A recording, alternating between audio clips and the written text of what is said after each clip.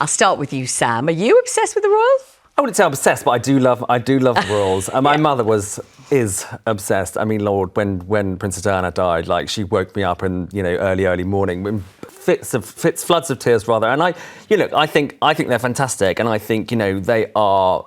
Our USP, absolutely. And like you only need to look at just recently with Donald Trump's visit, that's what they're there for. They are there for our soft power. They are there for it's the only country in the world where, where Trump would be like genuflect to our king, for example, who must have been sat there with gritted teeth the entire time. However, that is their job. That is what they are there for. And and I think obviously all of the pomp and ceremony is fantastic. And their soap opera lives is what everybody... You're saying this in the week that on this programme and absolutely everywhere else we've been obsessed with Fergie, Sarah Ferguson, exactly. And that email to Jeffrey Epstein just 4 short weeks after she declared publicly, I will never ever see him again. I abhor what he did. And then I apologise, you are my most precious friend. I mean, so the pomp and the circumstances on one side, Kate's beautiful hair and whether we like it lighter or darker or what we think of it and how her outfit compares with Melania Trump's, that's the other side. But then you've also got you might say the darker side, which also obsesses and fascinates us. There's so much to take. Like you say, there's the clothes, there's the banquets, there's Kate's hair, etc. But also there's the Epstein stuff with Andrew. There's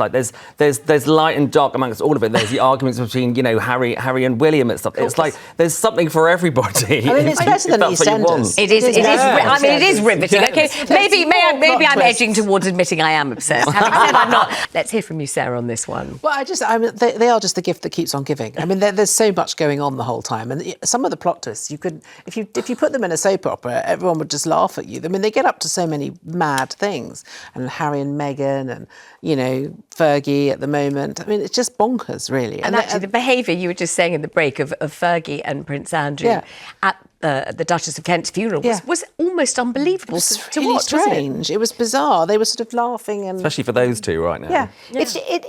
Go back for 20 years, and the only people who were obsessed by the royals used to be wheeled onto daytime shows. You'd see their living room was completely covered in pottery, biscuit tins.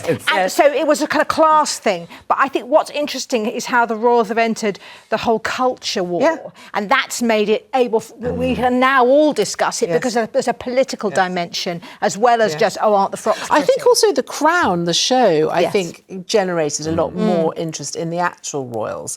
Funnily enough, I think people just started to felt like they knew them a bit more. Well, exactly, and it also widened their reach to America. So a lot of Americans, I mean, the Daily Mail has a show on the royals, and a lot of the people who watch it are in America. So there's a sort of transatlantic thing now as well, and particularly with Harry and Meghan being there. And do you think it's this extraordinary thing of the supreme glamour of it and the kind of history and the pageantry and the crowds and the tiaras, but also the feat of clay, terrible feuds, terrible disappointments. The Queen was quite dull. She was lovely, but dull. So she didn't have, and then the next generation, the relationship carnage, hasn't it? Well, I mean, mirrors all our lives, with Charles and Diana. I mean, yes. I mean, they were sort of completely. I mean, people forget they were totally off the scale. Yeah. I mean, there was all that tampon conversation at one point. Do you remember that? Yes, I do, which was found by a radio hack. Really scandalous stuff. I mean, and now talking about the affairs and then the toes with Fergie. But also, it's part of like human beings. Like we've had kings and queens in the world for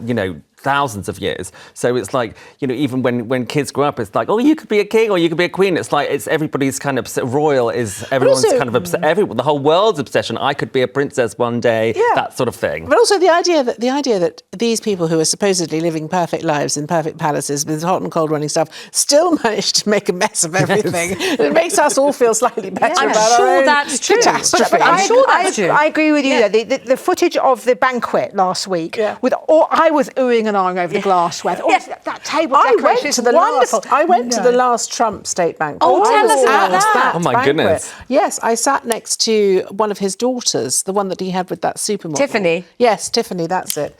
And on the other side was Simon Case, who then worked for the king. No, it was extraordinary. I mean, it was the most incredible. I mean, I think I drank too much because the wine was so delicious. It was, fantastic Petrus or something incredible like that, and the food was, and it was glittering. And then afterwards, I went. What did you wear? Oh, something long and black. And did you feel? I mean, did you think, gosh, what does one wear? Well, I wore long Yeah. with very high heels, almost as high as the ones that you're wearing. And I just wore quite a simple curtsy? outfit. I did try and curtsy. I probably didn't curtsy. I mean, you're supposed to go right down. I didn't really do that. But then afterwards, I was in a room, sort of post-reception with the Queen, the actual Queen. Gosh. And I honestly, she was extraordinary. She was tiny and just sort of all dressed in white and covered in diamonds. sort of diamonds, but just sort of shiny. And it's almost like she was irradiating Like light. a large loo roll cover, was she? Extraordinary. So she was, and Trump was there, being very orange. And I chatted to Melania. It was the most bizarre thing, but it was.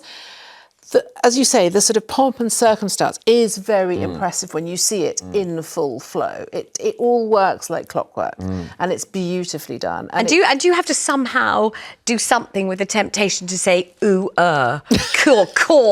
Gosh, good core. Look, that's Melania. That's the Queen. Oh my God! Weird. Gosh, which spoon do you use anyway? And try not to slurp the soup, and all that type of thing. All of that. But it's been like being in a sort of live version of Madame Tussauds. It's just very bizarre because everybody is a famous face, and then they're all alive and talking, and it's really quite strange. I hate to be devil's advocate. Like, you see the photos, like you talked about, of the banquet, and there's an air of vulgarity about it, especially. Do you think so? Well, I don't think it's vulgar at all. Especially during a cost of living crisis when people can't afford their own food and stuff, and then they see something like that, the opulence and the money and the people coming over and how no expense is spared when you can't afford to pay for your heating or you can't afford to do whatever you want to do. So that's always the problem. Yeah, but exactly. But that's the dichotomy between the royals and the people. It's like we look up to them. We're like, oh my God, I wish I could have that. But then you don't really want to because you can tell how awful it is. But nevertheless, it's like is that kind of thing appropriate at the moment?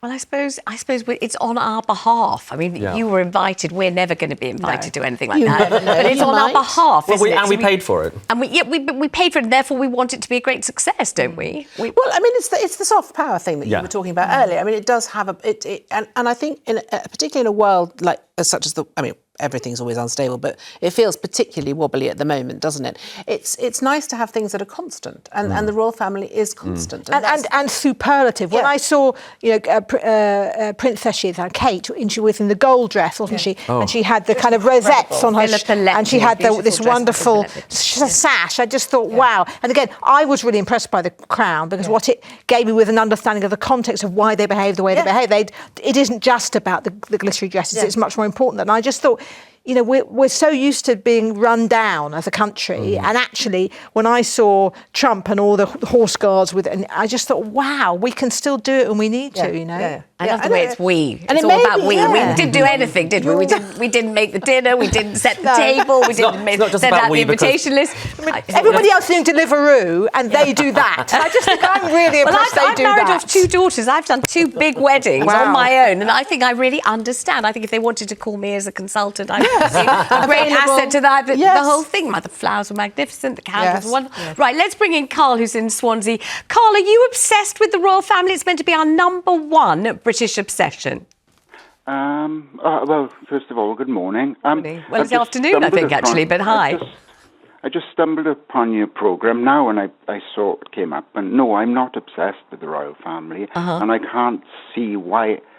I just can't see why other people. I mean, I've heard the conversation. You're talking about the banquets. I think it's absolutely obscene. Oh, really? It's obscene when we have so much poverty in this country, and our towns and cities are in a mess.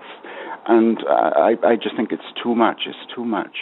You don't think it's a kind of a distraction? It's a way of kind of averting your eyes from all the misery and all the suffering and the people sleeping out in the streets and people at food banks. You've got this other kind of beautiful vista, a bit like watching a Hollywood movie. You do it to take yourself out of yourself in a way. Yeah, but the thing is, we should be realistic about it. See. But I think didn't T.S. Eliot say mankind cannot bear very much reality? There's too much reality.